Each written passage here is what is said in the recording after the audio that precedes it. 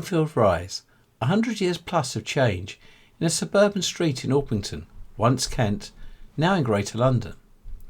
This video aims to show through use of maps and photos how a suburban street develops from fields, and in this case, to houses, shops, college, police station for a while, then to flats. This is all in the course of little over a century. I hope you enjoy the video. Please like and subscribe. Thank you for watching Eclectic Experience. Change seen through images. The late 19th and early 20th century was a period of rapid change across the country, and this was seen in a small Kentish place called Orpington. A big change occurred in 1868 when the railway station opened in what was still a very rural area. Orpington, though, is close to London. The 1779 milestone on Tubbenden Lane shows the distance as XV, or 15 miles, to London Bridge. This proximity to London and the new railway line meant that Orpington's rural environment was about to change quite rapidly, and this was especially true for the land around the High Street. It is hard to imagine now, but fields did come right up to the High Street itself, with farms all around it at the start of the 20th century. Looking at the 1910 Ordnance survey map of Orpington, Homefield Rise doesn't exist, but it will be approximately here, but then it was just fields. However, by the time the 1933 map was produced, the road had been built and houses lined both sides of it. Road names are often associated with what has gone before, and that's almost certainly the case here. The home field of a farm often meant a field used by the farm itself, and this road is on a small hill or rise, making Homefield Rise. The fields probably belonged to two significant farms, Gravel Pit and Court Lodge, both of which are now gone, though the names do live on in local road names, Gravel Pit Way and Court Road.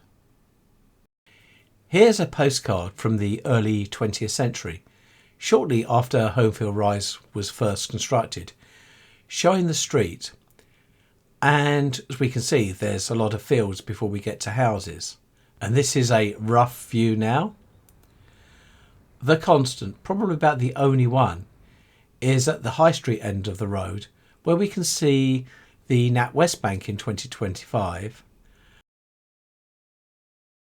and then looking back, this is a picture in the early 20th century, we can see the old London and County Westminster Bank, NatWest predecessor.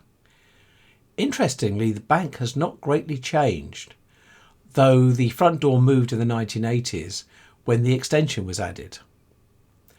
This building is the main constant. Also on this photo, we can see the first houses on Homefield Rise.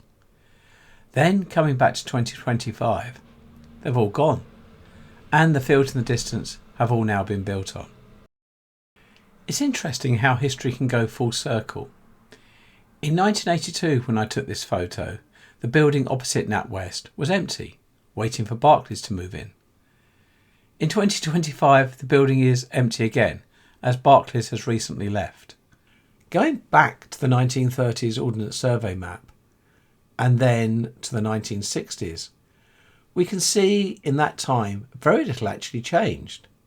The big change happened in the 1970s, when the houses down this side of the road were demolished to make way for a widened road, a supermarket, police station and Orpington College car park.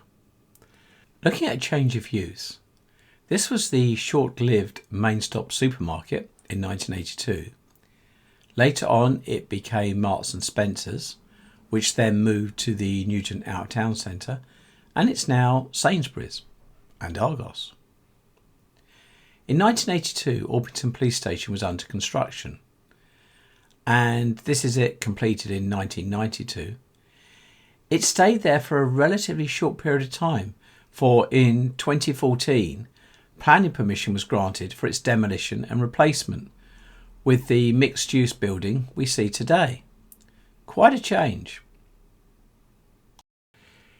This is a picture I took in 1982 looking down Homefield Rise, and what struck me was the uniform nature of the houses and the colour. Also, as well as the old cars. Now, this is the view in 2025. Obviously the cars are really quite different. But also most of the houses have been demolished and building work has started on the construction of flats. The trends seen here over the last 100 years are mirrored in many other suburban areas throughout the country, especially with the demolition of houses with large gardens and the replacement with higher density accommodation. I've been photographing Orpington and the surrounding area since 1982 and I made a series of videos on the change. Please see the playlist at the end for details. I hope you've enjoyed this video. Please like and subscribe. Thank you for watching Eclectic Experience Change Seen Through Images.